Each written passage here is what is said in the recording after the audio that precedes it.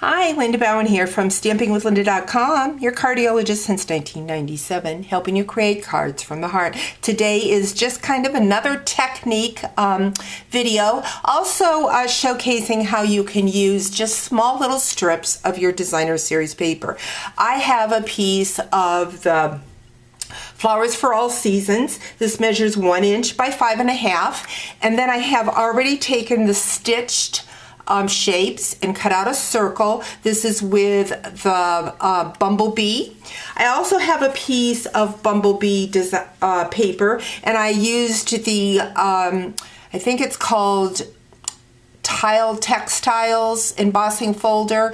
Not positive on the name of that, but I really like the detail to this folder. So I will have the link on my blog on what the name of this folder is. I also have a piece of the bumblebee. This measures 5.5 by 7.5, and we're simply going to bring in our trimmer and we're going to score it at the 4.25 inch. Again, this card is just a great card to use little scraps of designer series paper that you may have laying around. So we're just going to add some adhesive to it, and it's just going to go right on the inside of the card. So not only does it decorate the outside of the card, it decorates the inside when you open it up.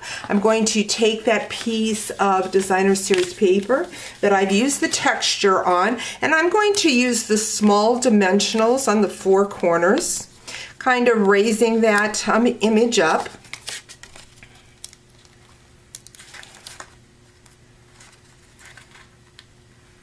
Just giving it some more layers when you add those dimensionals. So we're going to add that to the front like so. Then what I'm going to do is I am going to bring in my Daisy Lane stamp set.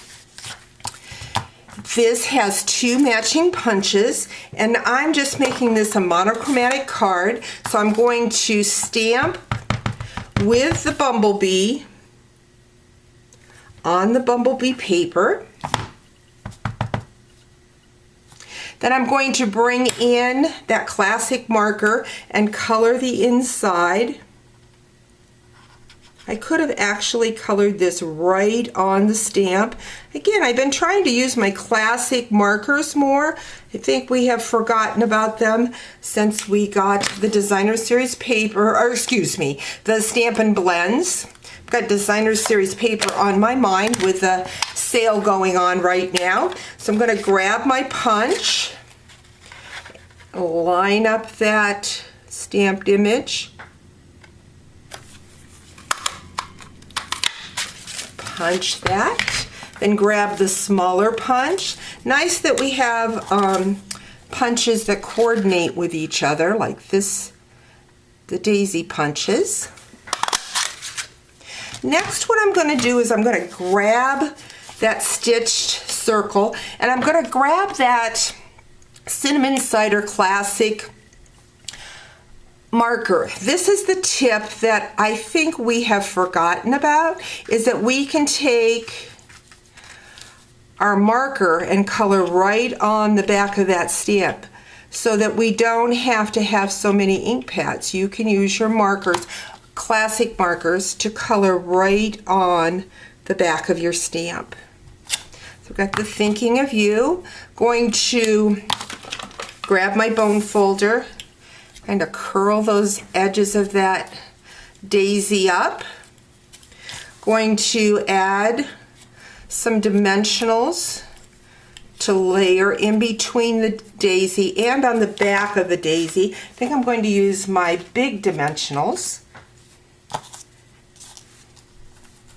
Only needed to color one center because I'm going to cover it up.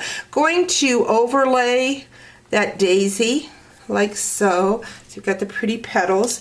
I think for the back of this daisy I will just use the smaller dimensional and add that there. Add some adhesive to the one side of my circle. that like so. And then I am going to find my stamping.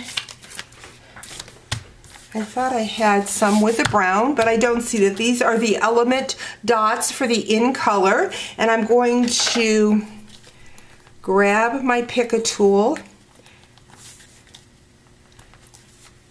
and just add some of them to the circle. And there you have it, a fun card, just using 1 inch of your designer series paper, making that designer series paper last for a really long time. Hope you've enjoyed today's video. Talk to you real soon. Bye-bye.